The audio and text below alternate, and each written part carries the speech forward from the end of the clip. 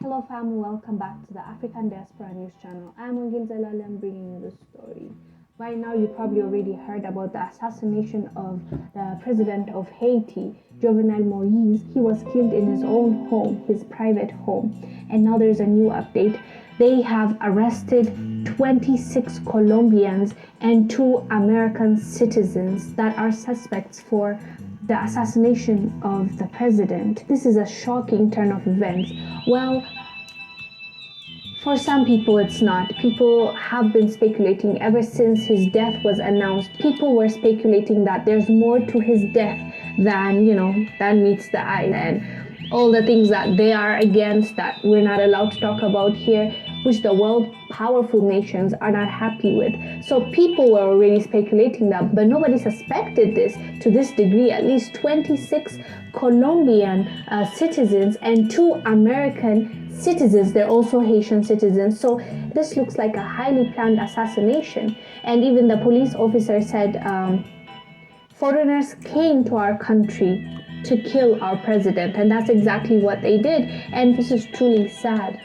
Foreigners coming into your country and assassinating your president, how easy was it for them? I know the numbers are high. There were 26 Colombians and 2 Americans. With that still being said, how were they able to do that? They must have planned it for a long time, and they must have been funded by some people that are really powerful for them to know exactly where to target, how to get to infiltrate that compound and take that president's life. Granted, that president might not have been the best, like we've heard stories about him, but regardless, nobody deserves to die like this in their own country by foreigners, especially if this has been orchestrated by those powerful nations that we won't mention. This is really alarming, even for other leaders. As I said, some people were comparing his death and Magufuli, even though Magufuli's is a natural death,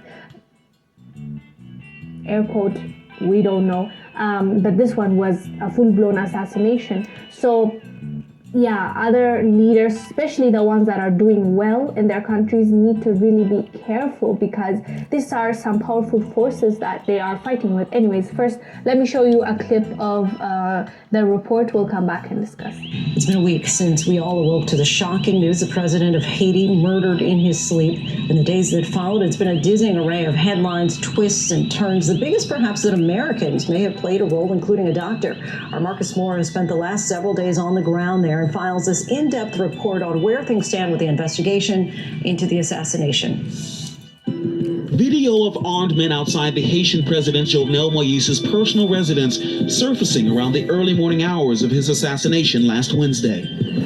What happened next has rocked one of the world's poorest nations to its core. The gunmen presented themselves as DEA agents, but they were not. Inside the residence, a barrage of gunfire. President Moise shot 12 times, his wife injured, airlifted to a Miami hospital. She recounted the incident in a recent audio message.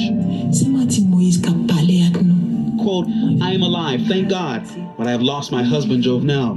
Mercenaries entered our house and riddled my husband with bullets." In the hours after the shooting, shell casings and bullet holes permeated the residence, the country in a state of siege.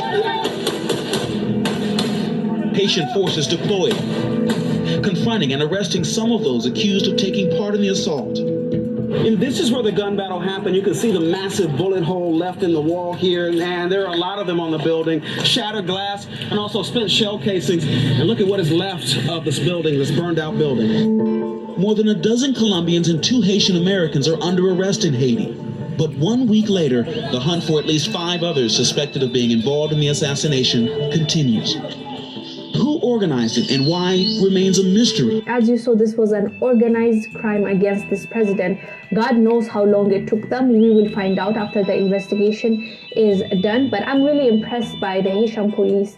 They caught this man in, I would say, short period of time. So hopefully even the investigation will go as fast as possible and we will get more details. Anyways, guys, let us know down below what your thoughts are about the Haitian president being assassinated in his own home, and foreigners, about 28 foreigners were involved in his killing. I'm Wangil Zalal, I'm bringing you the story. I'll see you on the next one.